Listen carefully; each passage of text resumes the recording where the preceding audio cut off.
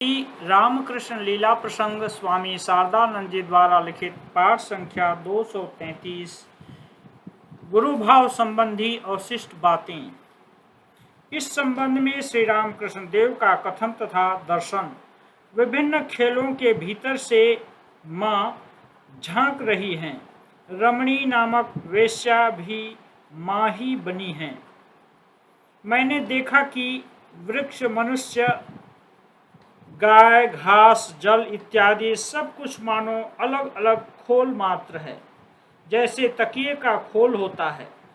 क्या तुमने यह नहीं देखा है कि कहीं मोटे लाल कपड़े का खोल रहता है तो कहीं छींट का और कहीं अन्य किसी प्रकार के कपड़े का? इसी प्रकार किसी का आकार चौकोर एवं किसी का गोल होता है। ये भी उसी प्रकार के हैं। तकिए के उन विभिन्न खोलों के अंदर जैसे एक ही वस्तु अर्थात रुई भरी रहती है, उसी प्रकार मनुष्य, गाय, घास, पत्ती, पहाड़, पर्वत आदि सभी खोल के भीतर वही एक अखंड सच्चिदानंद विद्यमान है। मैं यह स्पष्ट देखता हूँ कि माँ ही मानो नाना प्रकार की चादरें ओढ़कर विभिन्न तरह सज कर भीतर से झांक रही हैं। किसी समय मेरी यह स्थिति थी कि मैं सदा सर्वदा ऐसा ही देखा करता था। उस स्थिति को देखकर उसे न समझते हुए लोग मुझे समझाने तथा शांत करने का प्रयास करने लगे। रामलाल की माँ आदि तो कितनी ही बातें कहती हुई रोने लगी। जो ही मैंने उनकी ओर देखा, उसी समय मुझे यह दिखाई दिया कि काली मंदिर को दिखाते हुए वे ही माँ विभिन्न रूप से सजकर इस तरह के आचरण कर रही हैं। उनको इस तरह ढोंग रचते देखकर हंसता हुआ मैं लोटपोट हो गया तथा कहने लगा, वाह, बहुत सुंदर सजी हो। एक दिन काली मंदिर में आसन पर बैठकर माँ का मैं चिंतन कर रहा था, किंतु किसी भी तरह माँ की मूर्ति में अपने मन को मैं केंद्रित न कर सका।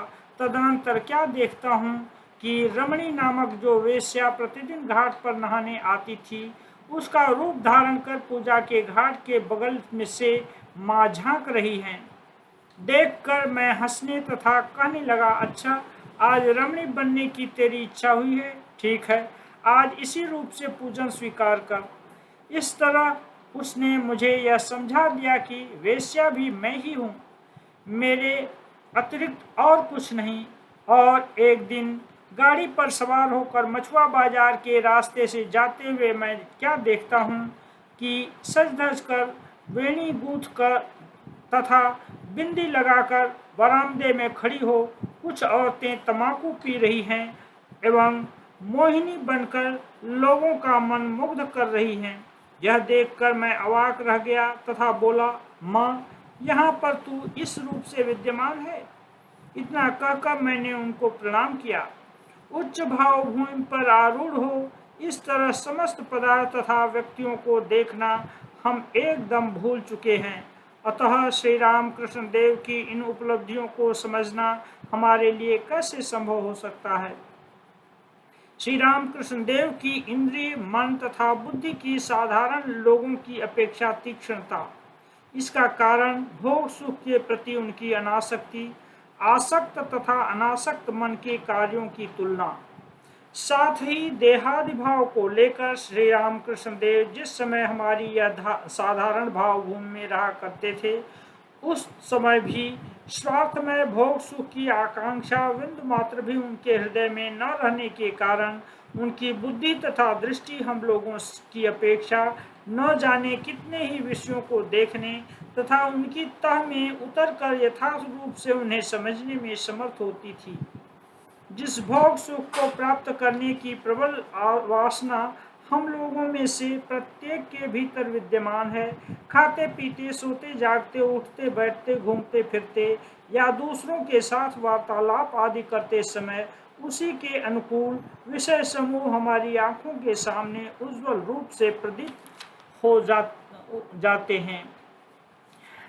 एतदर्थ हमारा मन उस वासना के प्रतिकूल व्यक्ति या विषयों की अपेक्षा पूर्वोक्त विषयों की ओर ही अधिकतर आकृष्ट होता रहता है। अतः उपेक्षित प्रतिकूल व्यक्ति तथा विषयों के स्वभाव को जानने का हमें अवसर ही नहीं मिल पाता।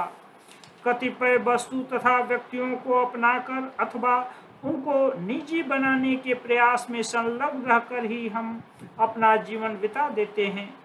इसलिए साधारण मानवों के बीच ज्ञान प्राप्त करने की सामर्थ्य में इतना तारतम्य देखने को मिलता है।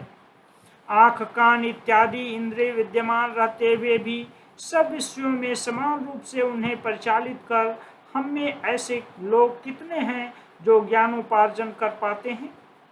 अतः हम में से जिनके भीतर स्वार्थमयी भावना तथा भोग स्पृहा स्वल्प है, केवल वे ही अन्य लोगों की अपेक्षा अनायास सभी विषयों में ज्ञान प्राप्त करने में समर्थ होते हैं।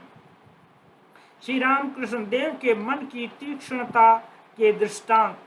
साधारण भावभूमि में अवस्थित रहते समय श्री रामकृष्ण देव की दृष्टि कितनी तीक्ष्ण थी, इस संबंध में दो एक दृष्टांतों का यहाँ पर उल्लेख करना असंगत न होगा। आध्यात्मिक जटिल तत्वों को समझाने के लिए श्री रामकृष्ण देव साधारणतया जिन दृष्टांत तथा रूपकादि का प्रयोग किया करते थे, उनसे उनकी तीक्ष्ण बुद्धिमत्ता का अपूर्व परिचय मिलता है। उनमें से प्रत्येक की सहायता से श्री रामकृष्ण देव मानो एक एक ज्वलंत चित्र दिखाकर इस प्रकार के जटिल विषय का सरल रूप से समझना भी संभव है, यह श्रोताओं के हृदय में एकदम बिठा दिया करते थे। सांख्य दर्शन को अनायास समझना। विवाह गृह के गृहकर्ता तथा गृहिणी। उदाहरणार्थ, जटिल सांख्य दर्शन की बातें हो रही हैं। पुरुष एवं प्रकृति से जगत की उत्पत्ति के बारे में चर्चा करते हुए श्री रामकृष्ण देव ने हमसे कहा, सांख्य दर्शन का कथन है कि पुरुष अकर्ता है, वह कुछ भी नहीं करता, प्रकृति ही सब कुछ किया करती है। पुरुष साक्षी बनकर प्रकृति के उन कार्यों को देखा करता है। प्रकृति भी पुरुष को छोड़कर स्वयं कोई कार्य करने में समर्थ नहीं है। श्रोताओं का तो कहना ही क्या, वे तो सब के सब पंडित ठहरे। कोई ऑफिस में काम करने वाले बाबू या कर्मचारी अथवा डॉक्टर, वकील या डिप्टी हैं, अथवा स्कूल कॉलेज में पढ़ने वाले विद्यार्थी हैं। इसलिए उनकी बातों को सुनकर वे एक दूसरे की ओर ताकने लगे। उनकी उस स्थिति को देखकर श्री रामकृष्ण देव बोले, अरे भाई, जिस घर में विवाह होता है, क्या तुमने वहाँ की स्थिति नहीं देखी है? गृहस्वामी आदेश प्रदान कर स्वयं बैठे हुए तंबाकू पी रहे हैं, किंतु घर में गृहिणी जिसके कपड़े में हल्दी के दाग हैं, एक बार इधर एक बार उधर दौड़ रही है। यह कार्य हुआ या नहीं, उस कार्य को किया या नहीं, यह सब कुछ देखभाल कर रही है। घर पर जो महिलाएं आ रही हैं, उनकी भी अभ्यर्थना कर रही है और बीच बीच में गृहस्वामी के समीप उपस्थित हो हाथ सिर पर हिलाती हुई, अमुक कार्य इस प्रकार किया गया, अमुक इस तरह संपन्न हुआ, इस कार्य को करना है, उसे करने की आवश्यकता नहीं है, इत्यादि बातें उनसे कहती जा रही है।